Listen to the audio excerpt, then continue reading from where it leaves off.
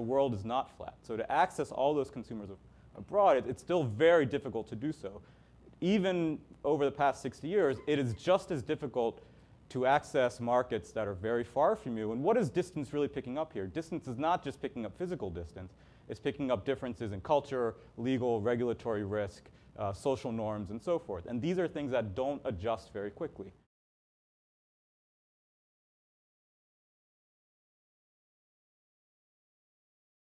One of the things I've learned is that small deals do not create small problems, number one. I'm going to show the accountant in me, the devil's in the details.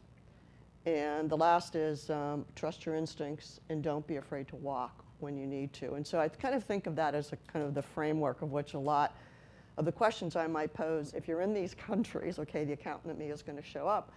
What kind of accounting systems do they have? Are they on IFRS? Turkey would be, Indonesia probably not. Are they manual? And I know that sounds really silly, but honestly, I've seen more busted transactions because of issues not on the front end, but the back end. So the one thing is, do you have the capability, do you understand what they're doing? Do you have the capability to provide the assistance if things become dangerous or issues arise? People are such a critical part of any business that you might be looking to acquire or joint venture or whatever. So clearly, what we'd want to do here is look very carefully at the employees in the target. And I think that's on different levels. At a sort of basic level, you want to understand who the employees are, how many there are, what the contractual arrangements are, what the severance arrangements are, policies and procedures. But clearly what's key here is also the leadership of this company, and how does that leadership operate? What's the experience of the executive committee, the executive team, and from a cultural perspective, how is their culture going to fit with the target's culture if this is going to be some kind of partnership? You end up debating whether you want to be in Turkey or whether you want to be in Indonesia, not whether the deal is a good one or a bad one. And frankly, the M&A process is not a great venue for that. So it's quite transparent. Your advisors see you, your targets see you. It has some reputational risk associated with it. The governance isn't there, and frankly, the time scale isn't very conducive to debating whether you want to be in these markets or not. So just making sure you're not backing into a corporate strategy debate through the context of a deal.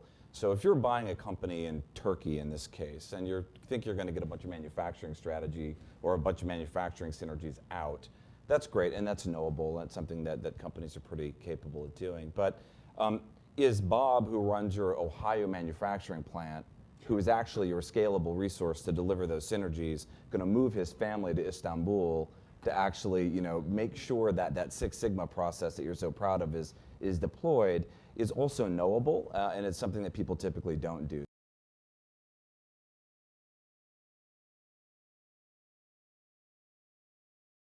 This structure, in our experience, has never had a happy ending. So we didn't want unhappy endings. We were a strategic buyer, we weren't a financial buyer, so consolidating into the income statement, i.e. 49% ownership, would do us no good.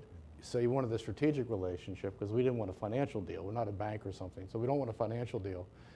Then therefore there is no strategic relationship when you're the minority investor. I don't care if it's 49-10 or 3 in China for a bank or something, which I got dragged into by a large bank. So it always has an unhappy ending. The question is when you want to be unhappy, we'd rather be unhappy in the beginning, not get a divorce a few years later. If you're a strategic buyer and you go do a strategic transaction in Indonesia or Turkey, you cannot afford to screw it up, because if you screw up your brand, you've screwed up market access, you're going to have issues with the government. As somebody said, small deals are still lousy deals. It will hurt you for a very long period of time. One of the things that ties together all of the comments is the importance of culture. Because the reality is whistleblowing culture is dramatically different around the world. There are some jurisdictions where, because of history of secret police and other issues, no one would become a whistleblower. There are other cultures, quite frankly, where everyone's a whistleblower. And as soon as someone's fired, the next thing that's going to happen is you're going to get a complaint. But people also communicate dramatically differently. And in some cultures, it's just much more difficult to get junior people to say something bad about senior people. In other cultures, it's just a lot easier. And it's often very, very challenging in my experience, and this again may sound very culturally jingoistic, but to get people to say bad things about expat management, because they've been socialized to think, well, the expats are here, they're the senior people, they know what they're doing, and I can't say anything bad about them, even though these lawyers have come from New York to ask me these very strange questions.